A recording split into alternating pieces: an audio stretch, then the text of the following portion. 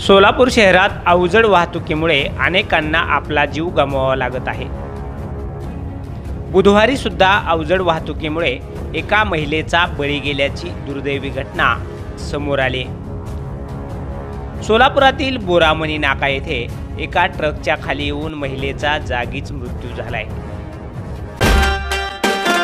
मुख्य पंढरपूर शहरात मोक्याच्या ठिकाणी जागा विकत घ्यायची मग तुमच्यासाठी आहे खुशखबर। पंढरपूर शहरातील हनुमान मैदान जय भवानी चौक येथे मुख्य चौकातील रोड टच जागा त्वरित विकणे आहे।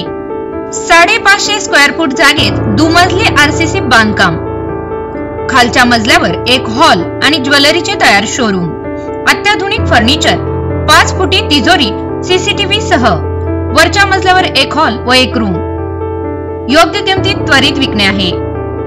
अधिक माहितीसाठी संपर्क 87 88 12 93 91। ही घटना बुधवारी दुपारच्या सुमारास घडली। समजलेल्या माहितीनुसार ट्रकच्या खाली आल्याने सदर महिला ही चेंदामेंदा झाली। अंबुबाई शंकर बिचल, वय वर्षे 53, राहणार घोंगडे वस्ती, भवानीपेठ, सोलापूर असं अपघातामध्ये मयत झालेल्या महिलेचं नाव आहे।